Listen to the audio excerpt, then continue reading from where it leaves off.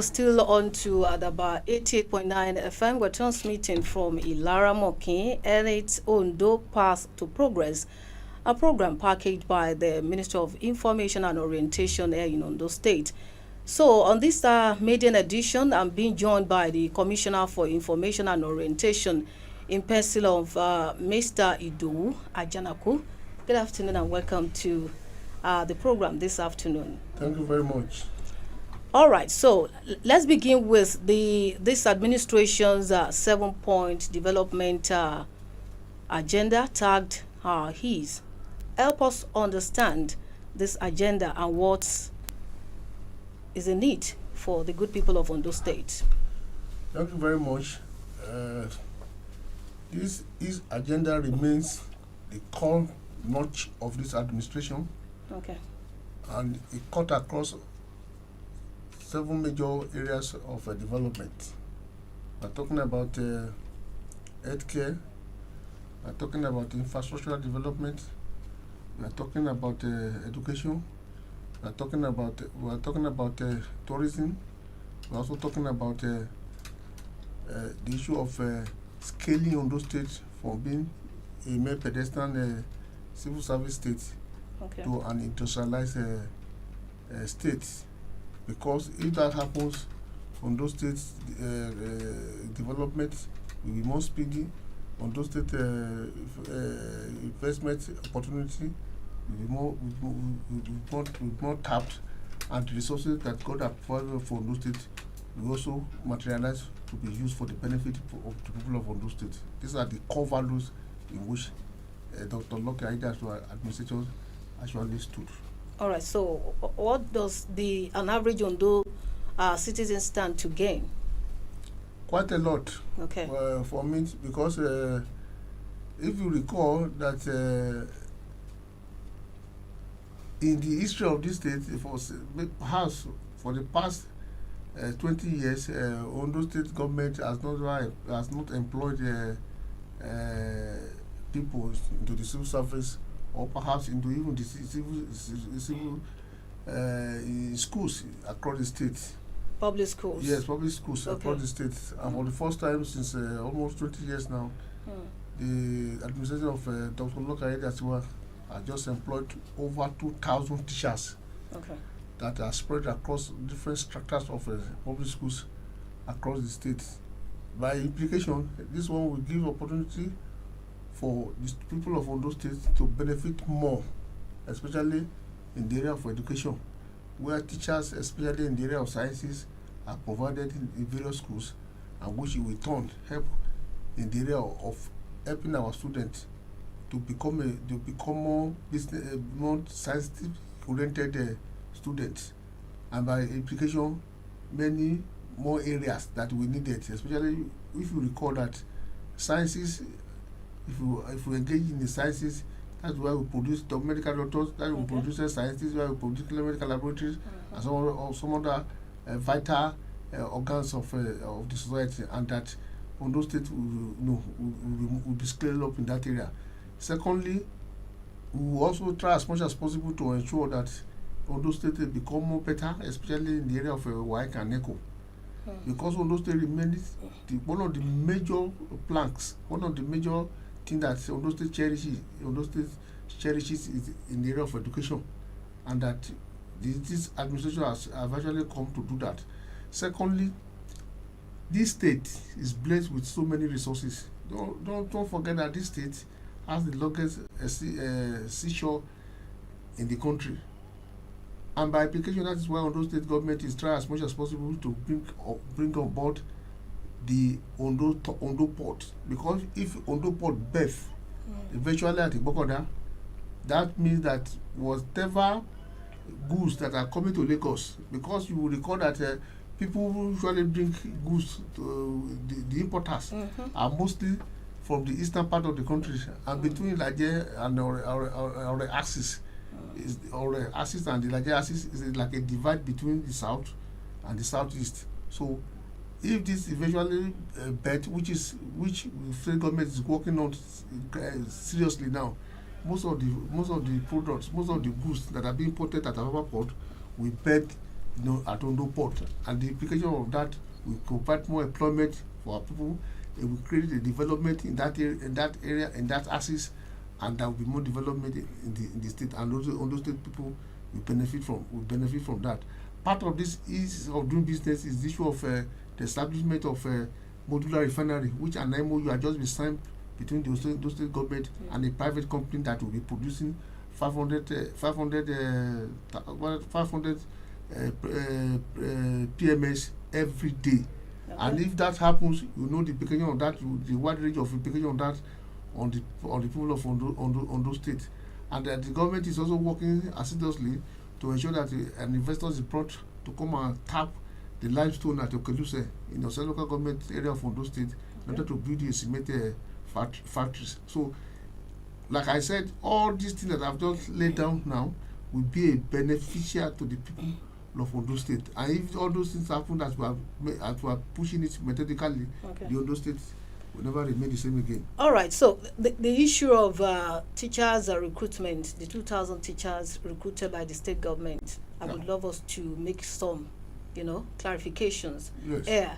There has been this issue of fake employment letters, people that are, thought they were employed, protesting at the front of the governor's office. And at some point, the state government came out to debunk the rumor that they've actually nabbed like 2 people that partook in the process of this fake employment and all of that. So we would love you to make this clarification. And up to now, the names of those 2 people haven't been mentioned in any press release or papers or news, press statement like that. Yes.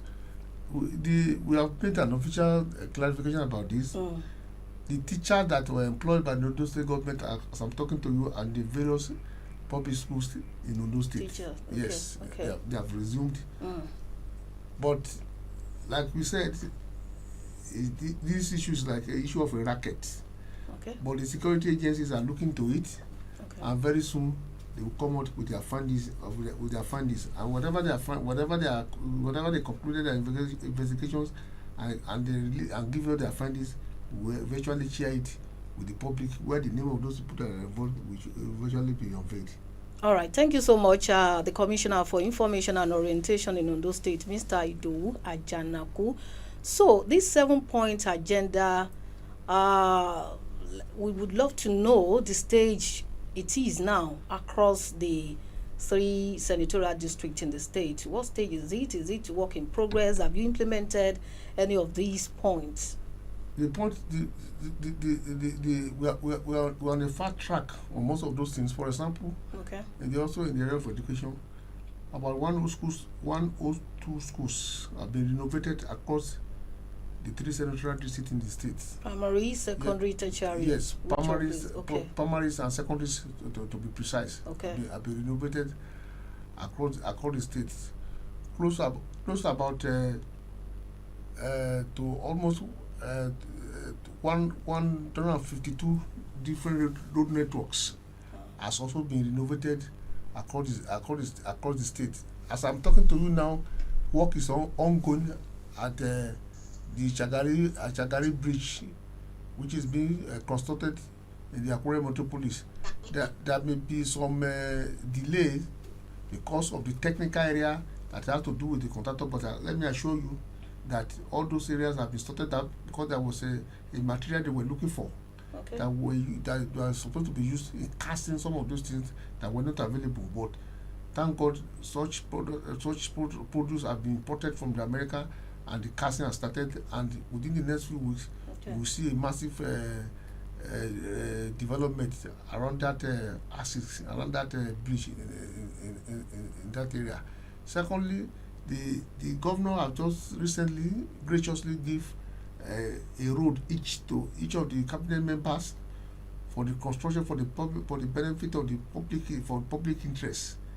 And that those roads now is being marked across the state, and sooner or later all those roads will start. The construction of those roads will start. Let me say this very quickly, that the state, one of the biggest challenges we have in this state, majority of the roads that are banned in this state belong to the federal government. They are federal road which is scattered across the state, but because the people of Ondo State are the one piling this road, because the people of Ondo State that are facing this challenge, the state government has decided to take over some of these federal roads for innovation in the next coming weeks. Right, okay. Weeks. So, for example, I'll give an example of the Ifon Afo Idowu Road. That that although that's a state road, which about 5 kilometers to 10 kilometers were awarded the other time by the last administration that has been consulted, and the contractors the governor has asked the contractor to be invited and be brought over to settle and complete the road. And the one at the Joka Nakure here too, that also has problem because of the issue of contractors, has also been resolved, and sooner or later the contractor will be on the site, so that road can be completed for the use of the benefit of the people of Ondo State. So the process is on. Most of these things are coming on tidbits. For example, you will discover that in the area of security, you can discover that there's a relative peace in Ondo State in the last couple of months. The secret is clear. The Ondo State government has procured drones that have been distributed across all the forests in Ondo State. Not only that, special Amotekun people are also being, deployed to various forests in the state. All right, Honorable Commissioner, let me put you on hold. We'll still come back to the issue of insecurity, security, and the Amotekun recruitment process. This is still at about 88.9 FM, and the program is Ondo Path to Progress. The program is on the bill of the Minister of Information and Orientation in Ondo State. And with me on the program today is the Commissioner for Information and Orientation, Mr. Idowu Ajanaku. So before we went on that break, we were discussing this issue of insecurity, the Amotekun.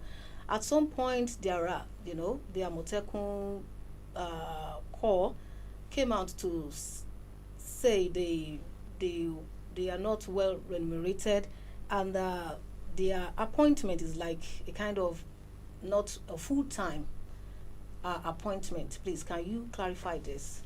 And if yes, what's the state government doing about this process? I'm not sure that's a true reflection of what has actually transpired. Maybe perhaps what we were trying to say now was an alleged petition written by an individual to the Ondo State House of Assembly alleging this. Let me quickly tell you that the United Nations has applauded the Amotekun model, especially the one that is being done in Ondo State, as a catalyst, as far as a model for state police in Nigeria. That is how well structured the Amotekun issue was structured. Let me also tell you quickly that Amotekun earned more than the minimum wage in the country. Amotekun earned over 100,000 naira in a month. I'm saying it emphatically. An average Amotekun staff earn more than this. Not only that, they have insurance covered.